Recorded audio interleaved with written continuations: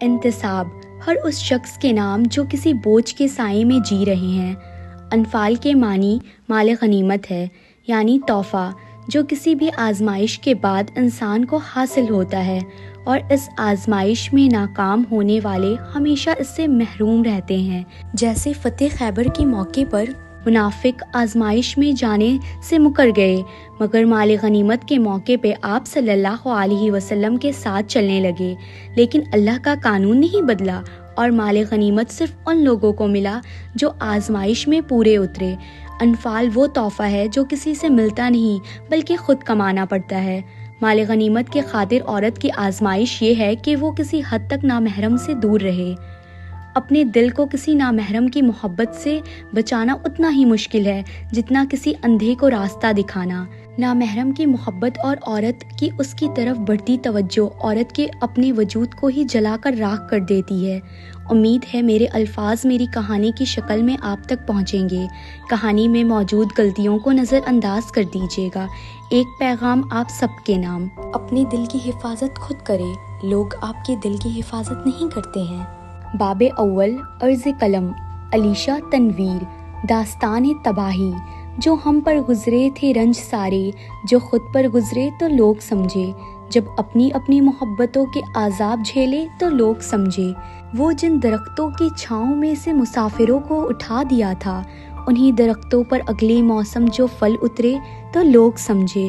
اس ایک کچی سی عمر والی کے فلسفے کو کوئی نہ سمجھا، جب اس کے کمرے سے لاش نکلی، خطوط نکلے تو لوگ سمجھے۔ وہ خواب تھے ہی چنبیلیوں سے، سو سب نے کر لی حاکم کی بیعت، پھر ایک چمیلی کے اوٹ سے جو سانپ نکلے تو لوگ سمجھے۔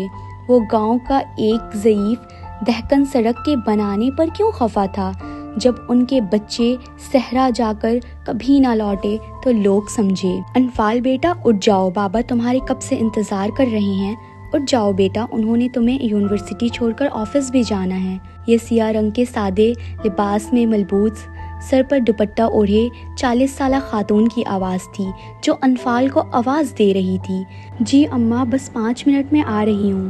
اور ٹھیک 5 منٹ بعد سیڑھیوں سے اترتی وہ لڑکی عجیب سا سکون اپنے ساتھ لیے ہوئے تھی۔ سفید رنگت، لمبا قد اور سر پر سادہ سا دوپٹہ، جیسے کسی پرسکون شام کا منظر ہو۔ اس نے ہلکے رنگ کا سادہ شلوار قمیص پہنا ہوا تھا، مگر اس کی سادگی ہی اس کی خوبصورتی تھی۔ شہد جیسی بھوری آنکھ پر سجا باریک فریم کا چشمہ اس کے چہرے کو مزید دلکش بنا رہا تھا، جبکہ ناک میں پڑی چھوٹی سی نوز رنگ اس کی خاموش شخصیت میں ہلکی سی کشش گھل رہی تھی۔ ایک ہاتھ میں سیاہ رنگ کی ڈائری اور دوسرے میں چند فائلز تھامے وہ آہستہ آہستہ سیڑھیوں سے اتر رہی تھی۔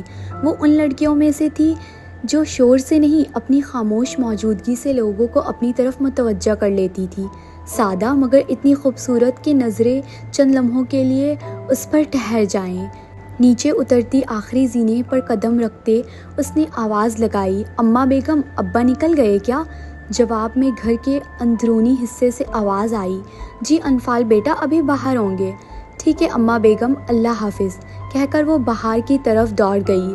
انفال بیٹا سنو، کچھ کھا تو لو، اور آواز دھیمی ہوتی گئی۔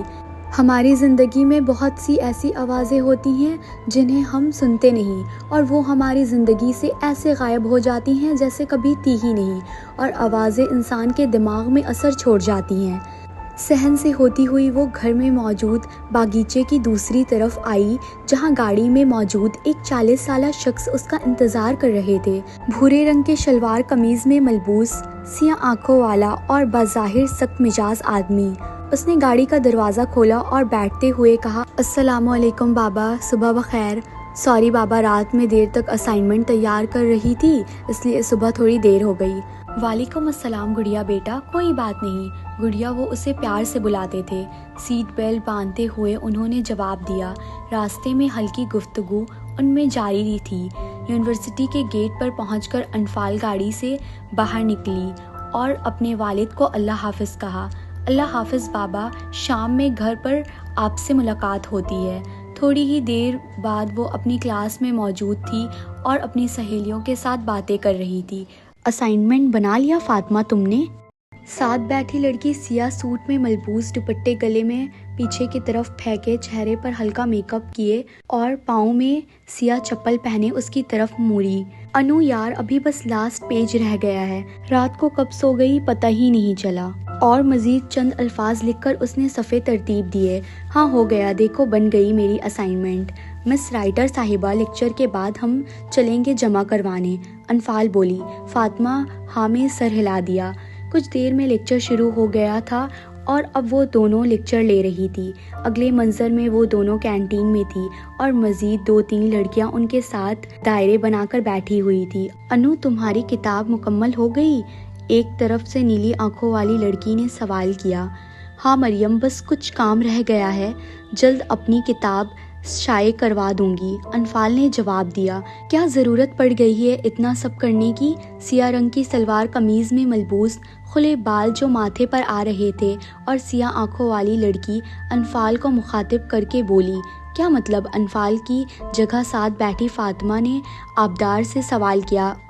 اس کا شوق ہے، ہنر ہے، تم کہہ رہی ہو کیا ضرورت ہے؟ ہاں تو اس کے بابا سب کرتے ہیں، پھر کیا ضرورت ہے اتنا خود کو پاگل کرنے کی؟ مجھے لگتا ہے کہ اگر آپ کے باپ، بھائی یا شوہر آپ کو تحفظ اور سب کچھ فراہم کرتے ہیں تو آپ خود مختار ہو، انفال نے جواب دیا۔ مریم اور آبدار انفال کی یونیورسٹی کی دوستیں تھیں۔ یونیورسٹی میں 3 سال ہو چکے تھے، مگر ابھی بھی نہ انفال مریم کے بارے میں زیادہ جانتی تھی اور نہ ہی آبدار کے۔ وہ دونوں کافی عجیب تھیں۔ جب بھی انفال اور فاطمہ ان کی فیملی کے متعلق پوچھتی، وہ دونوں بات کو گھما دیتی یا ٹال دیتی۔ آخر کار فاطمہ اور انفال نے اس معاملے پر ان سے بات کرنا مناسب نہ سمجھتے ہوئے بات بند کر دی۔ وہ دونوں آپس میں اچھی دوستیں تھیں، مگر انفال اور فاطمہ کی ان سے خاصا مناسبت نہیں تھی۔ وہ ہمیشہ ان دونوں کی باتوں میں نقص نکالتی تھی۔ انفال اور فاطمہ ان کی یہ عادت سمجھ چکی تھی، مگر آبدار اور مریم ان دونوں کے بیچ میں ضرور آتی تھی، سو زیادہ سے زیادہ وہ ان دونوں کو نظر انداز کرتی تھی۔ نبی پاک صلی اللہ علیہ وسلم کے دور میں بھی بہت سی عورتیں ایسی تھیں جو خود مختار تھیں۔ حضرت عائشہ سے لوگ علم کی باتیں پوچھنے آتے تھے۔ حضرت خدیجہ رضی اللہ عنہا ایک کامیاب تجارت خاتون تھی۔ حضرت ام عمرہ نے غزوہ احد کے موقع پر نبی پاک صلی اللہ علیہ وسلم کی حفاظت کی تھی۔ اس طرح دین میں بہت سی مثالیں موجود ہیں جو آج کی عورتیں کیا ان سب سے زیادہ افضل ہیں؟ ہاں تم ٹھیک کہہ رہی ہو، مگر جب شوہر یا بھائی یا باپ ہو تو پھر کما کر کیا کرنا؟ آج ہے کل نہ ہو تو؟ خود کی حفاظت اور خود مختاری کا یہ مطلب نہیں کہ آپ اپنی حدود پار کر دیں۔ ہاں تمہاری بات اپنی جگہ ٹھیک ہے، مگر کیا مگر؟ فاطمہ بولی۔ ہماری دوست رائٹر بن رہی ہے، اس بات پر آج انفال ہمیں کچھ میٹھا کھلائے گی۔ ہاں میرا بھی بہت دل کر رہا ہے آئس کریم کھانے کو، مریم فوراً بولی۔ اچھا چلو منگوا لو، میں پے کر دوں گی، انفال نے جواب دیا۔ پاس کھڑے ویٹر کو آرڈر دے دیا گیا اور کچھ ہی دیر میں وہ ویٹر ہاتھ میں 4 مختلف فلیورز کی آئس کریم لے کر ان کی طرف بڑھا۔ اس نے باری باری ان سب کو آئس کریم تھمایا اور پیمنٹ لے کر چلا گیا۔ وہ چاروں باتوں میں مصروف اپنی اپنی آئس کریم کو انجوائے کرنے لگی۔ چلو یار اب 4 بج رہے ہیں، آخری لیکچر شروع ہونے والا ہے، نیلی آنکھوں والی لڑکی نے کہا۔ ہاں چلو اٹھو، اپنی اپنی چیزیں اٹھا لو، فاطمہ نے کھڑے ہوتے ہوئے کہا۔ اب وہ چاروں ایک قطار میں باہر نکلی۔ ان سب میں انفال الگ ہی نظر آتی تھی، خوبصورت، سادہ اور دلکش۔ فاطمہ تم تینوں جاؤ کلاس میں اس سے بات کر کے آتی ہوں، اس نے ایک لڑکی کی طرف اشارہ کرتے ہوئے کہا۔ وہ تینوں آگے بڑھ گئی اور انفال اس لڑکی کی طرف بڑھنے لگی۔ اس کی چیزیں زمین پر بکھر گئی، وہ جھک کر سب سمیٹنے لگی۔ سوری خاتون، میں اس طرف جا رہا تھا، میں نے آپ کو نہیں دیکھا۔ وہ سیاہ سلوار قمیض میں ملبوس، لمبا قد، گندمی رنگت اور تیز نقوش والا نوجوان تھا۔ اس کے گھنگریلے بال ہمیشہ بے ترتیب سے ماتھے پر گرتے رہتے تھے، جیسے ہوا بھی انہیں سنوارنے میں ناکام ہو۔ گہری سیاہ آنکھوں میں عجیب سا اطمینان اور خاموش غرور چھپا تھا۔ مضبوط جو لائن اس کی شخصیت کو مزید پرکشش بناتی تھی۔ وہ کم بولتا تھا، مگر اس کی موجودگی ہی ماحول پر حاوی ہونے کے لیے کافی تھی۔ اس کے چہرے پر ایک بے پرواہ سی کشش تھی، ایسی کشش جو انسان کو انجانے میں اس کی طرف کھینچ لے۔ لڑکا جھک کر اس کے پیپرز اٹھاتے ہوئے وضاحت دے رہا تھا، مگر انفال کا دھیان اپنی کتابوں اور پیپر سمیٹنے پر تھا۔ وہ اپنی چیزیں سمیٹ کر بنا کچھ کہے آگے بڑھ گئی۔ وہ حیرانی سے اٹھ کر اپنے دوست الحان کی طرف بڑھنے لگا۔ وہ حیران تھا، جہاں لڑکیاں خود اس سے بات کرنے کو بہانے ڈھونڈتی تھیں، یہ پہلی لڑکی تھی جس نے اسے دیکھا تک نہیں۔ آگے بڑھتے ہوئے اس کی نظر ایک سیاہ ڈائری پر پڑی۔ اس نے ڈائری اٹھا لی۔ وہ ڈائری واپس کرنے کے لیے مڑا، مگر انفال بھیڑ میں کہیں کھو چکی تھی۔ وہ ڈائری ہاتھ میں لیے اپنے دوست کی طرف بڑھ گیا۔ کہاں رہ گیا تھا تو؟ کب سے کھڑا ہوں، کلاس شروع ہو گئی ہے۔ اور وہ لڑکی کون تھی؟ تو اسے جانتا ہے کیا؟ الحان نے پوچھا۔ ہاں، بس وہ اتنا ہی کہہ پایا۔ اچھا چل۔ وہ ڈائری ہاتھ میں تھامے آگے بڑھ گیا، مگر اس کی نظریں اب بھی اس سنجیدہ لڑکی کو تلاش کر رہی تھی۔ یونیورسٹی سے گھر آ کر کچھ دیر آرام کرنے کے بعد انفال نے اپنا بیگ کھولا۔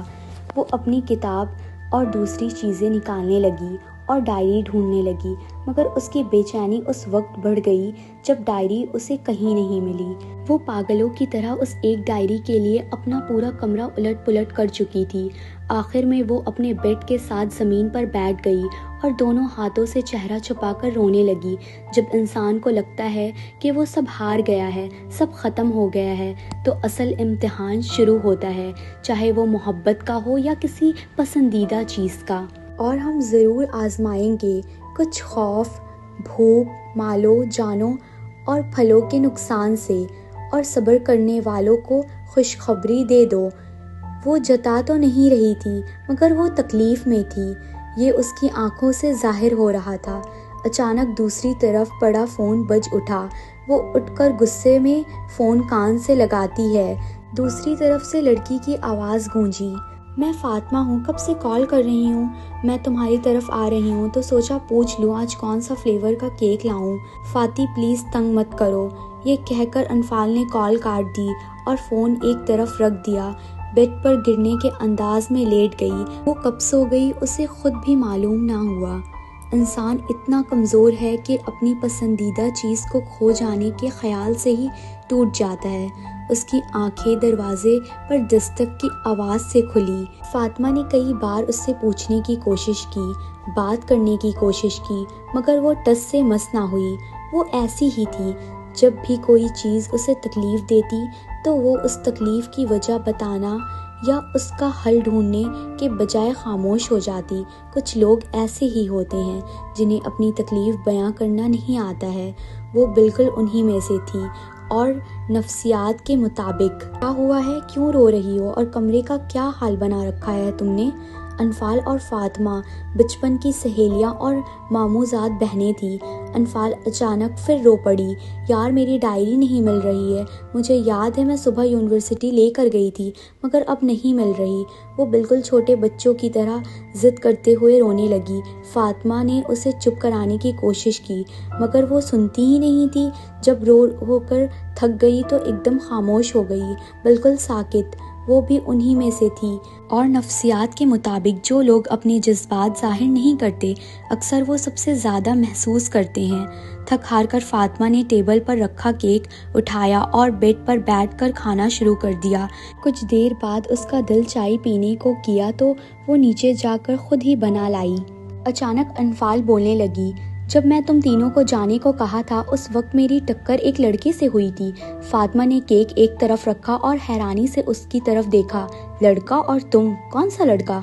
ٹکر ہوئی تھی اور ساری چیزیں زمین پر گر گئی تھی، میں نے سب سمیٹ لیا تھا اور اس لڑکی کی طرف چلی گئی تھی، شاید اس وقت ڈائری گر گئی تھی۔ انفال نے سوچتے ہوئے کہا۔ اچھا تو وہ لڑکا دکھتا کیسا تھا؟ فاطمہ نے دلچسپی سے پوچھا۔ پتہ نہیں، انفال نے سادگی سے جواب دیا، میں نے اسے دیکھا ہی نہیں۔ کیوں، وہ پیارا نہیں تھا کیا؟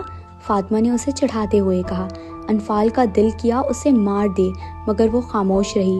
اچھا ٹھیک ہے، پریشان مت ہو، ہم ڈھونڈ لیں گے اس لڑکے کو، فاطمہ نے تسلی دیتے ہوئے کہا۔ تم جانتی ہو اسے؟ ہاں، انفال بس اتنا ہی کہہ پائی۔ یہیں سے داستان شروع ہوئی تباہی کی۔ یہ جو انجانے میں کہانی شروع ہو رہی تھی، اصل میں تباہی کی کہانی تھی۔ وہ طوفان جو آنے والے وقت میں ان دونوں کو اندر تک ہلا دینے والا تھا۔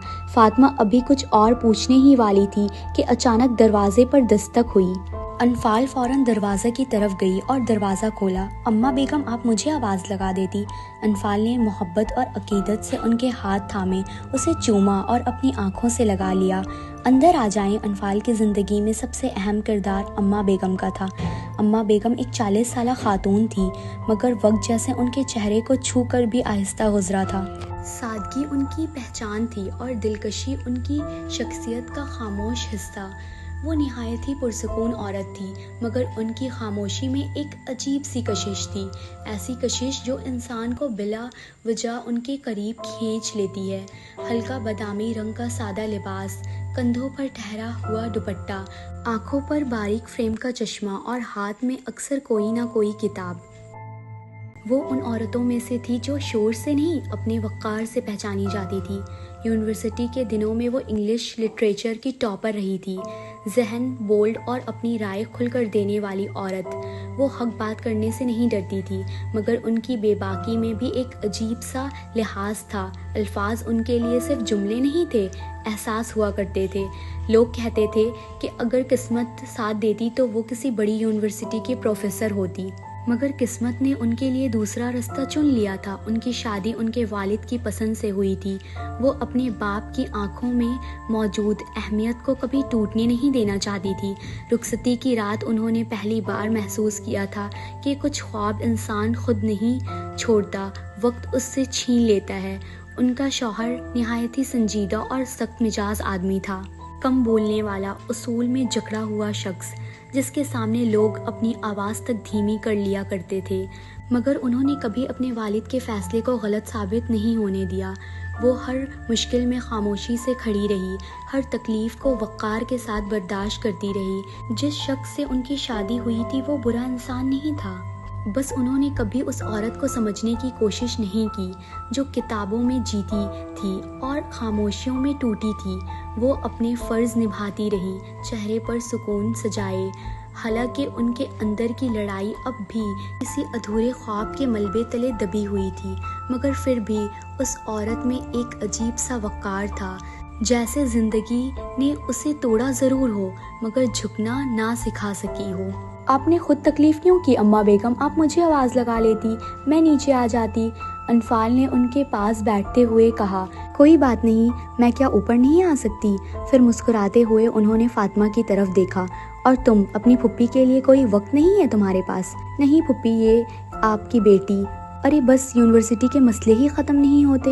انفال نے بات سنبھالنے کی کوشش کی۔ انفال کو اندازہ نہیں ہوا، مگر خدا بیگم سب کچھ نوٹ کر چکی تھی۔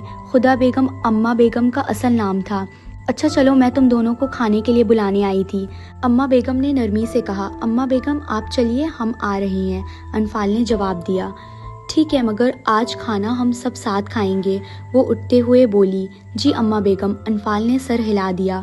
خدا بیگم کمرے سے باہر نکلنے لگی، مگر دروازے پر جا کر رک گئی، پھر مڑ کر ایک نظر فاطمہ پر ڈالی اور گہرے لہجے میں بولی، چھپانے سے مسئلے بڑھ جاتے ہیں، دل کے ہو یا زندگی کے۔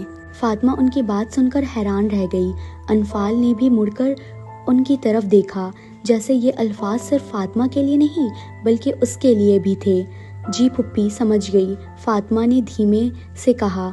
خدا بیگم ہلکی سی مسکراہٹ کے ساتھ کمرے سے نکل گئی۔ ان کے جانے کے بعد کمرے میں کچھ لمحوں تک خاموشی چھا گئی، مگر وہ چند الفاظ دونوں کے دلوں میں ایک گہری سوچ چھوڑ گئے تھے۔ کبھی کبھی زندگی کے سب سے بڑے مسئلے ان باتوں سے پیدا ہوتے ہیں جو ہم کہہ نہیں پاتے، اور کبھی کبھی ایک سچ جو وقت پر کہہ دیا جائے پوری زندگی بچا لیتا ہے۔ لیکن انفال اور فاطمہ ابھی اس بات سے انجان تھی کہ ان کی زندگی کے سب سے مشکل سفر ابھی شروع ہوا تھا، اور جو ڈائری آج گم ہوئی تھی وہ صرف ایک ڈائری نہیں تھی، وہ آنے والی کہانیوں، رازوں اور آزمائشوں کا پہلا دروازہ تھی۔